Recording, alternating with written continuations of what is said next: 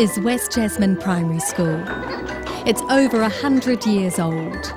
600 children are here today. In its lifetime, it's been the school for over 50,000 children. But like schools all across the country, West Jesmond Primary in Newcastle is going to be demolished.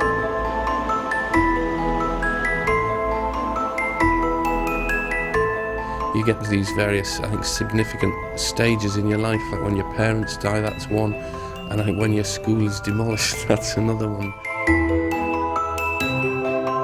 On hearing that their old school is coming down, former pupils have come back to say goodbye to West Jesmond. Chris Donald went on to find international success with his famous Viz comics. I suppose you're just losing your touch with your past. It all just becomes memories. It's all, you can't actually look at it physically anymore. You're just going back, you're relying on your memories. The school has been in the Donald family since the beginning. Here's his granddad, Edwin Prynne Rickard. He was born in 1898.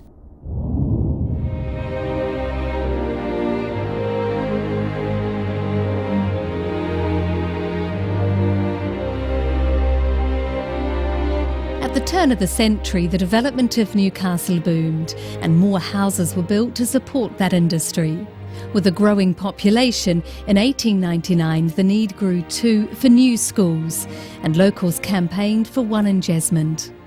Plans were drawn up for an infant school to take 300 youngsters, and in 1900 they were approved.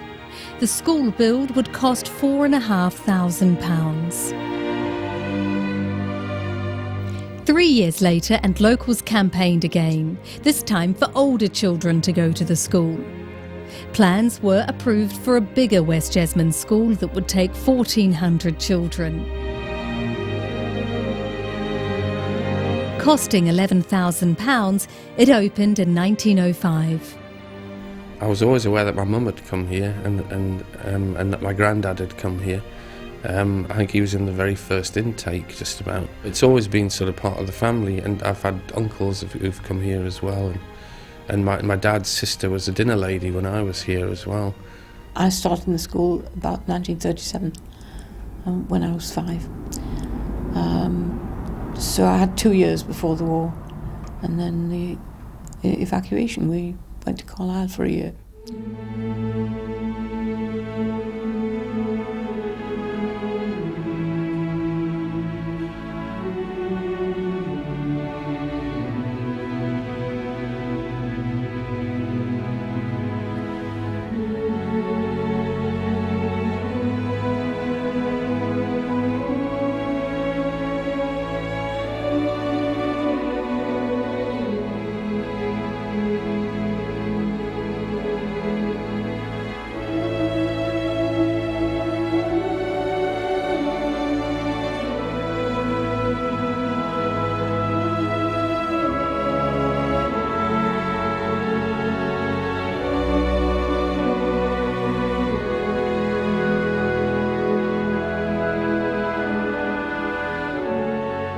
In a classroom, there were all wooden desks with flip-up lids and flip-up seats.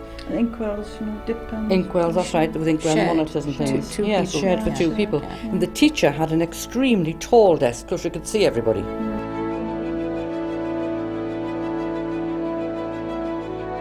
Well, it was while we were here when we heard about the king dying.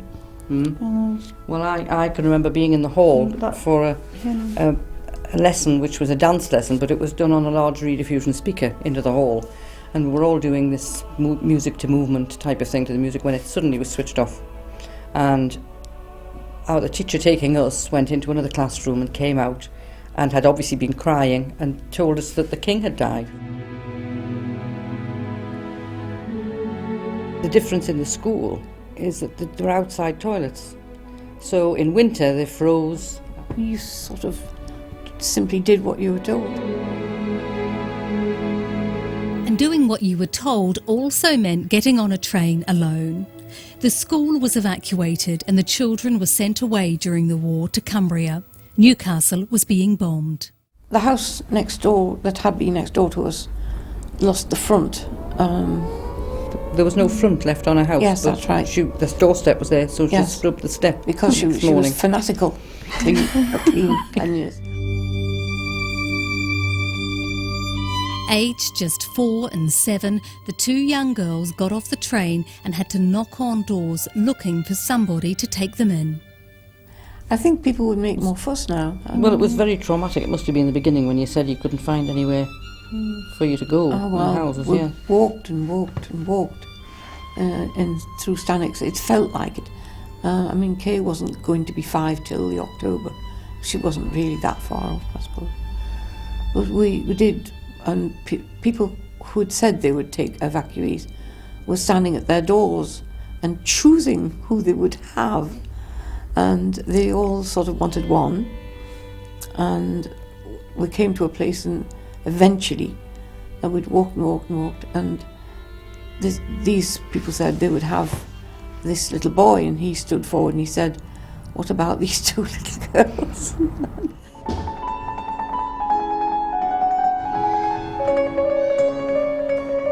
When I started, the classes were very, very big because I was the baby boom just after the war.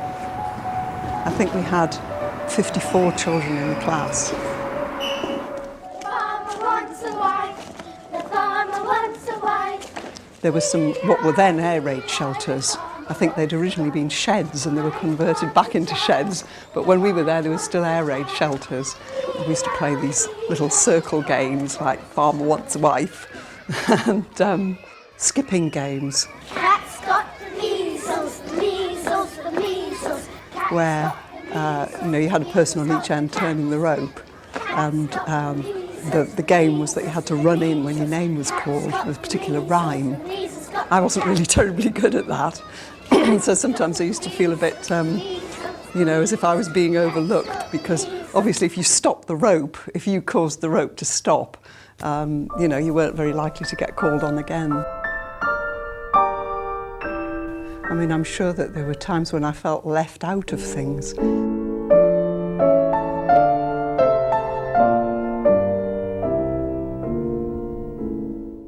I remember the first day, I remember getting into a lift in my dad's car to school and crying.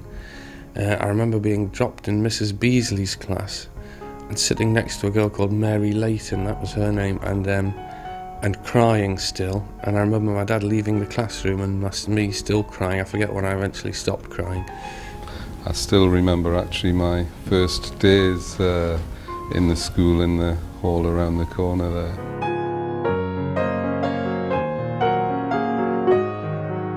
My dad brought me in late, I think, and I was sort of brought in front of the class, and I was standing in front of the class, and she said to me, "You'll have to pull your socks up."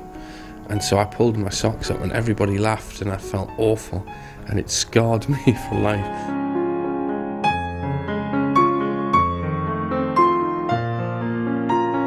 Well, I just remember the hall area and the classrooms, and one of my earliest recollections of being over there was I was swinging on one of the cupboards, and the cupboard fell over and hit somebody in the head, a guy called Mark Barnes, who I still see to this day actually.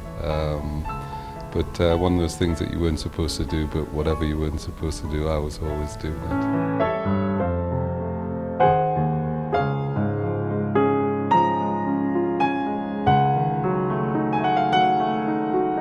Then there was a nice young teacher called Miss Watson, who was female, and I remember looking at her in a strange way. That must have been my first ever sexual inklings, just looking at her thinking, that's strange, there's something about that woman.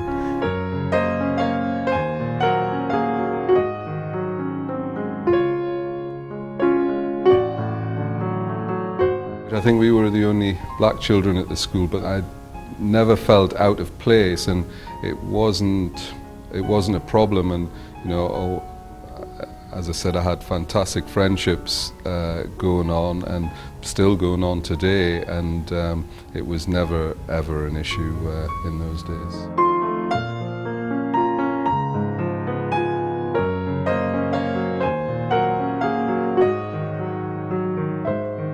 Somebody put a worm in my salad in the dinner hall They must have got the worm from outside and they took it in and put it in my lettuce. And I remember finding a worm in my lettuce and like bringing it to the attention of the dinner lady. And the dinner lady said something to me and I couldn't hear her. And I just said yes. But what she said was, "Did you put that there?" And I'd said yes. So I was sent to Mrs. Holden's room for bringing worms in. And I think I started crying again there.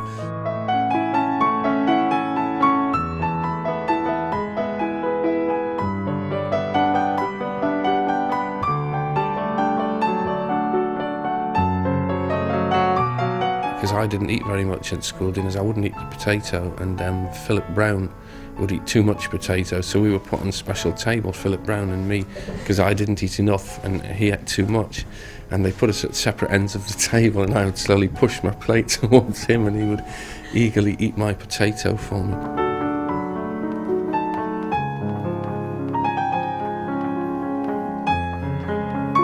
Just the idea of, in those days, the headmistress was such a sort of daunting person. The prospect of just having to stand in her office and be looked at was enough to make you behave. I think kids liked going to school then. I don't get that feeling that that's the way it is today. And it was a happy place to be. But I don't know whether that's just being a child when life's uncomplicated, and obviously as you get older life gets a little more complicated.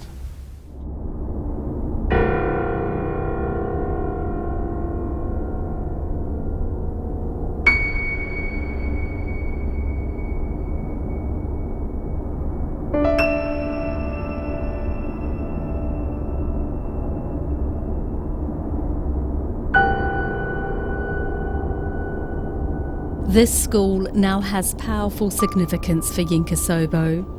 Last year, in a tragedy that shocked the country, his brother, his sister, his niece and his nephew were all murdered. I don't think you can ever take those memories away, you know. Those memories are always there, and I'll always have fond memories of the school.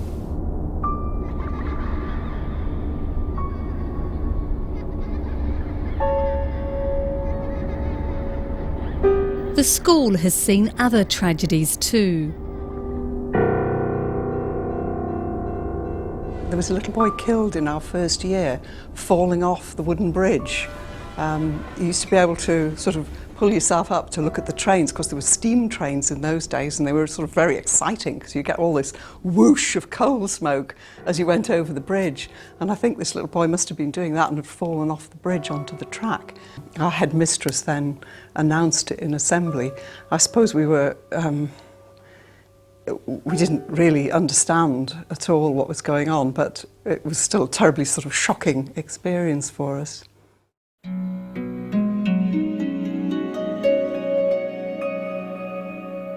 But there were many happy times here too.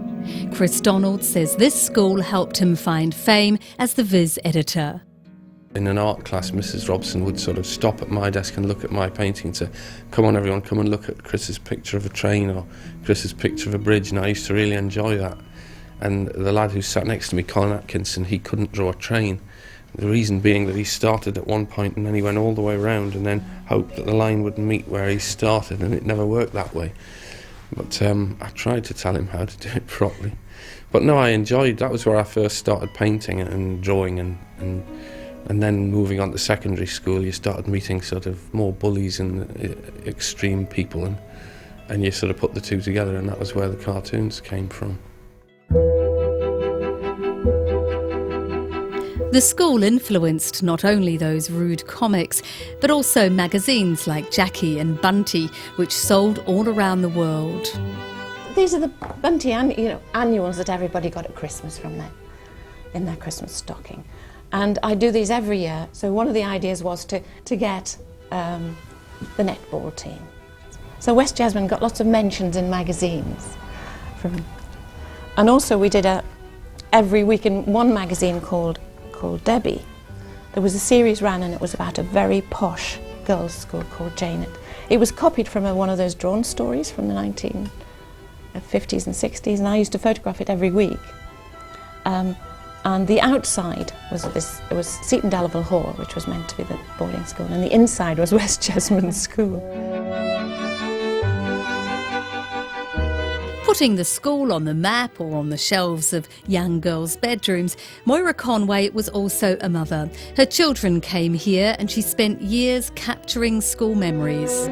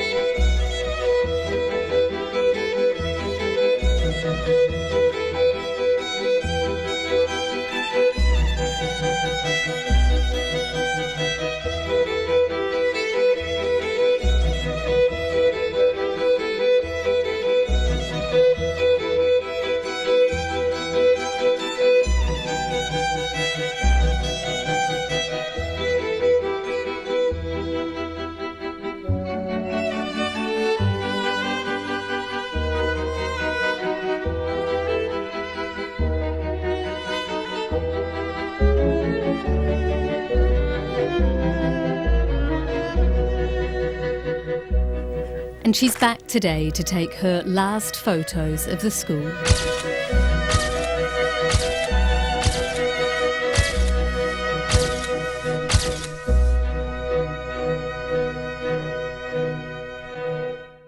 As the school comes down, it will be the end of an era for Jesmond, because I couldn't knock my house down. I couldn't change the front of my house because it's part of a conservation area. This, I think, is a vital part of. This was built to service the Tyneside flats, the children in the Tyneside flats, and keep the industry going. And I think it was built as a gift to the community by the Victorians, or slightly later. And I think we disrespect that by not keeping it going and handing it on to the next generation.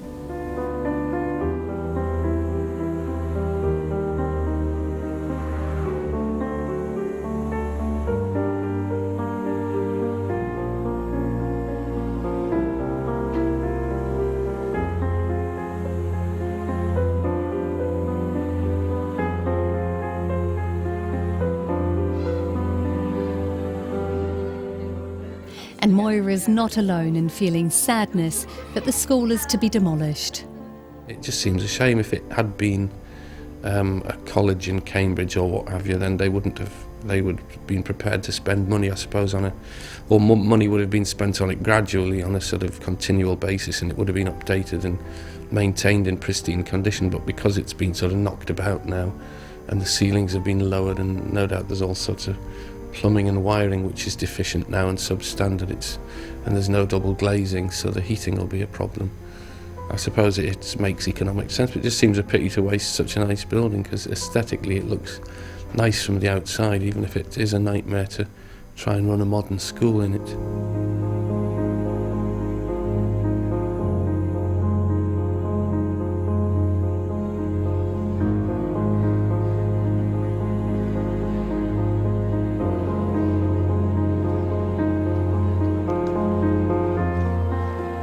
Well, it's a sad thing, really. But I suppose that's progress, and hopefully the school that they will replace it with will be a fantastic school. When you look at some of the other schools that they seem to have managed to put up, but they don't have the same kind of character that these schools have.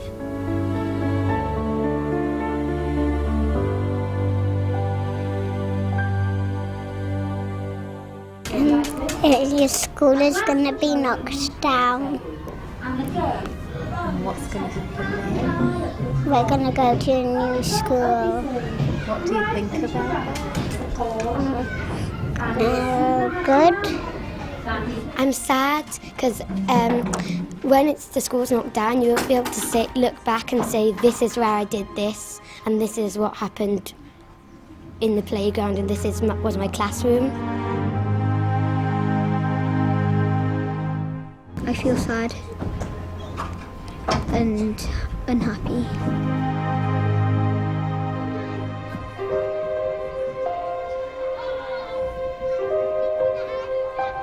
I feel really sad. I just don't want the school to be smashed down because all the memories of the school are going to be past now, and I'm going to be having brand new memories of the new school.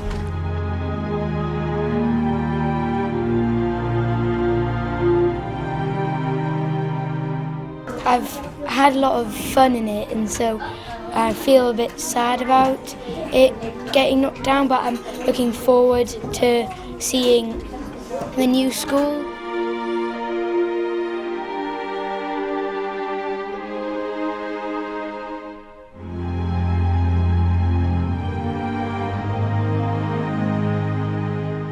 I'm a bit upset that this school's going to be knocked down because lots of memories of me and my sister, but it's happy because it is a bit old and there's going to be a new school, which is very exciting.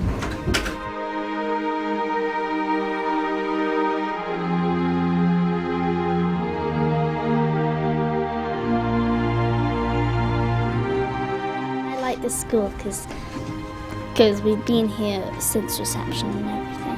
And you got lots of memories from since you were little.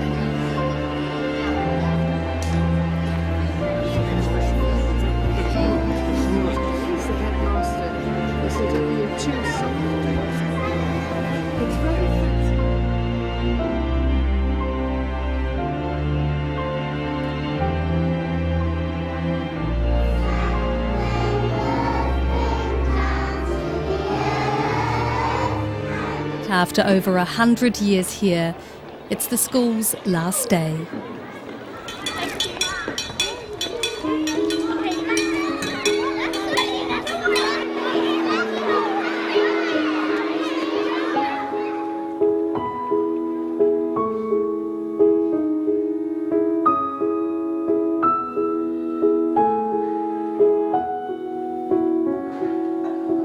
Very, very sad really at that this sort of marvellous building's got to come to the ground.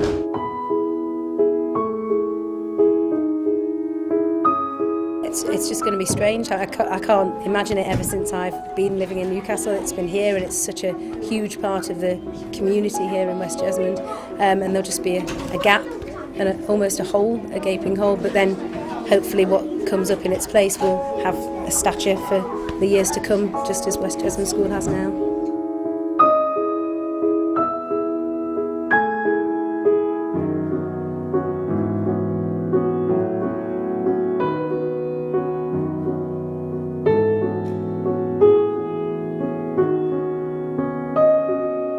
I just feel that the building's in keeping with all of the houses around, and I just think that once it's gone, people will really miss it.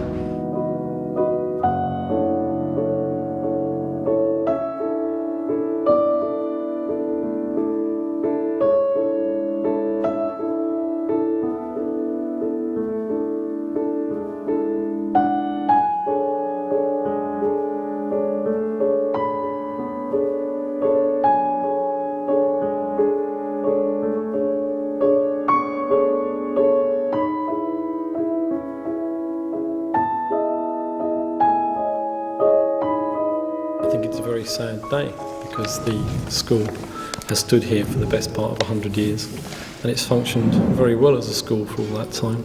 I feel really sad. function well as a school, and the demolition and replacement of the building seems to be doing the wrong thing at the wrong time.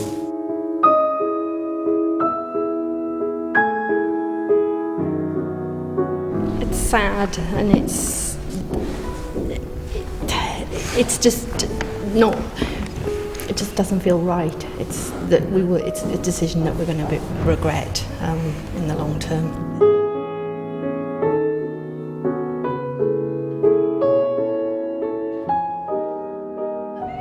Why are you pulling such a lovely old building down there? What's your answer to that? I think the condition of the building, I came to the school in '95, and even then there was a huge backlog of major problems to do with the roof, the structure of the building, the whole fabric of the building, it was no longer viable. And we did look at the option of complete refurbishment to try and create the right environment by keeping the shell, really. But we had several different groups working on that, and it just wasn't going to happen. And so working with the planners, then new build was the obvious answer.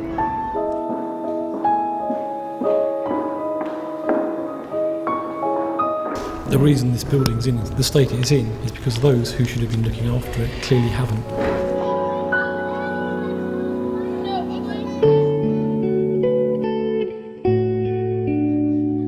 As night fell, the whole community came together.